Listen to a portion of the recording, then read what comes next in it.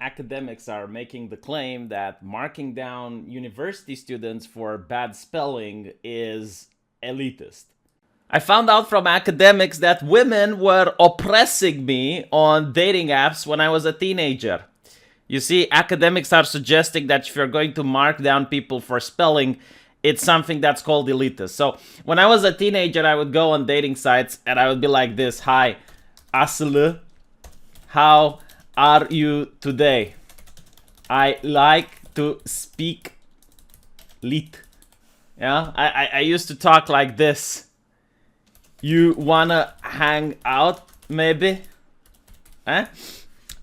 Turns out that a lot of women didn't really appreciate my style of writing, and they would block me, they would ghost me, until I had to actually change, right? So why did I have to change? Why couldn't society change? Why couldn't women just stop oppressing me for my spelling, damn it? Ah! I'm actually reading a lot of critical theory books right now, and if you were to apply what they're teaching to other areas of humanity, you could actually make the academic argument that the people who used to spell like this created an alternative culture and they were a minority. And by forcing people to stop speaking like this, by trying to pressure people into speaking proper English, our culture was genocided. I'm using the academic terms. Maybe I'll talk on a live stream. I'll give you the quotes and you can see why you can make that conclusion. But all in all, right, I'm actually kind of happy that people stopped me from speaking like this. Because going at the computer every day on the internet and using leet speak, as they like to call it, and lazily replacing letters and whatnot, it ended up seeping into the real life, to the point where I remember, like, I would go to school and during English lessons I would accidentally, instead of R, I would spell R, or U, I would just put U, and obviously the teacher wouldn't appreciate that and give me a bad grade. But why is spelling important? In what areas did learning how to spell properly help me? And from my lived experience, one of them is actually dating. If you want to speak with women online, from my personal experience, I noticed that if you don't have perfect spelling or perfect grammar, it's like trying to talk with a woman while having dirty shoes. Or making a YouTube video and expecting to get a lot of subscribers and take you seriously while having messy hair.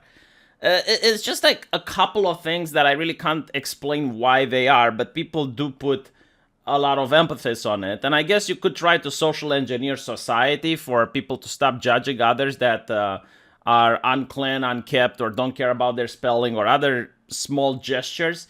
But it's a lot easier than to try to social engineer society to just learn how to fucking spell, right? I mean, it's not that difficult.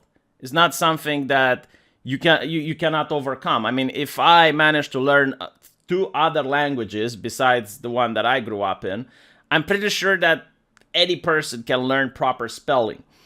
But you need to understand the rationale of the academics. Like, why do they use this bigotry of low expectations? And why are they telling people that students should be allowed to spell badly, even though it's going to definitely affect their future career? I mean, imagine if you're going to write a resume with bad grammar or bad spelling.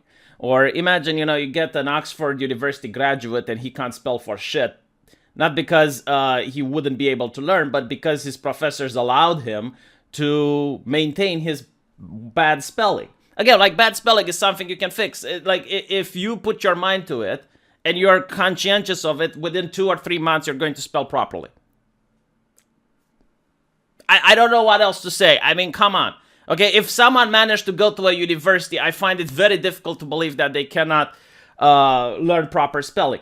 But the problem is here, right? Like, academics have told that insisting on good written English discriminates against ethnic minorities. And this is the main issue. Most academics at this point suffer from brain damage. It's called critical theory.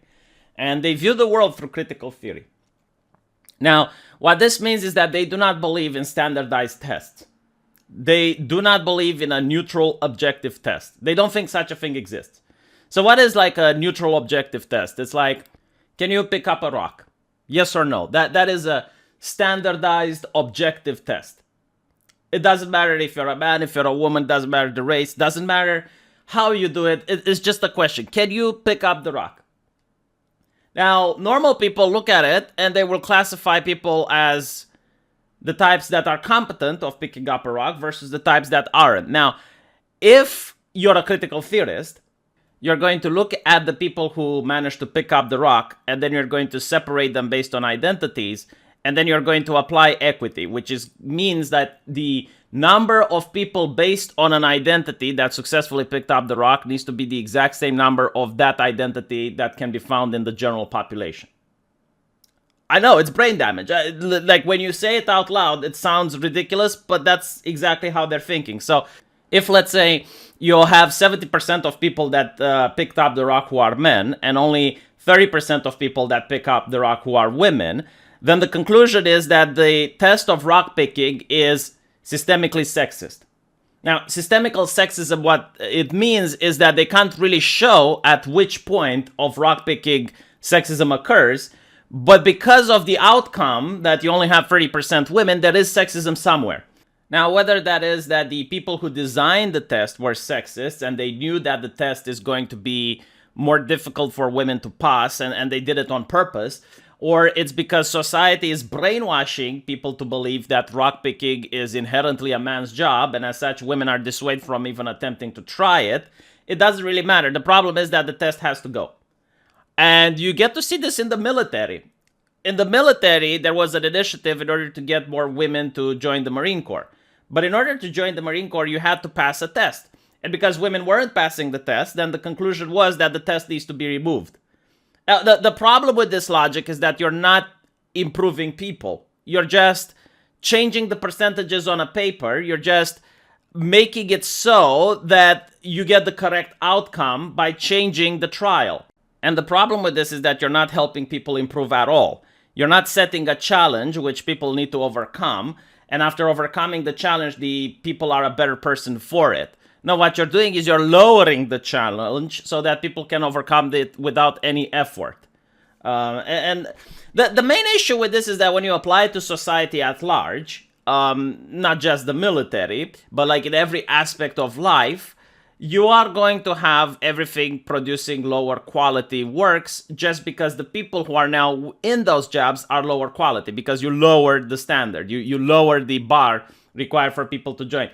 Now, if this was, I suppose, like a world where everyone collaborates and everything is peaceful, that wouldn't be much of a problem.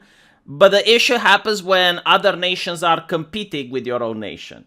China doesn't view the world the same way the United States or the UK views it, and it's competing with the United States and the UK. And because they are not dumbing down the people that come out from their universities, they are going to objectively start dominating economically, militarily, and culturally other nations like the UK and the US. Now, if you're fine with that this is your end goal, then by all means, keep doing it.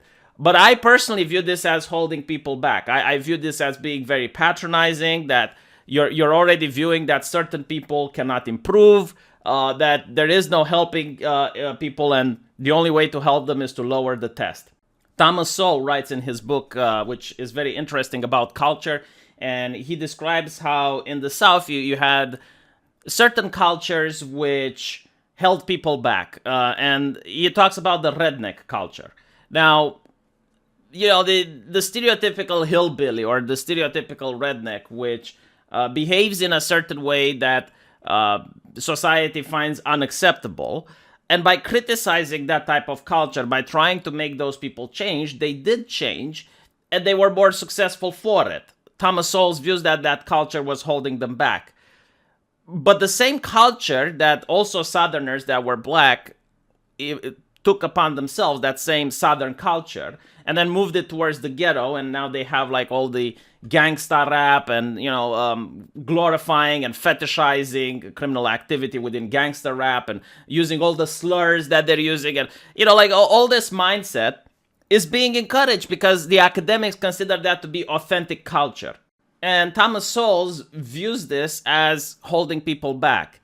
And when you connect it with what you see in academia happening, you kind of start to agree with him, because if I were born in a culture where it's allowed for me to have bad spelling, and when I go to academia, I see that the university changes in order to fit me, I already start feeling very entitled. I start feeling like I deserve things, and the only reason why I can't get past something is because that something is oppressive towards me, and that something needs to change in order to benefit me. You get a very selfish, very self-centered worldview as a person.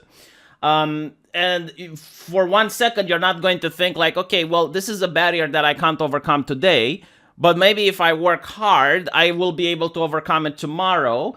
And the knowledge that I gain from trying to overcome this barrier is actually going to improve me as a person. This mentality is now completely robbed. It's completely destroyed within academic thought. And I think it's sad, and I don't think it benefits people. But, let me know what you guys think, and I'll see you in the comment section.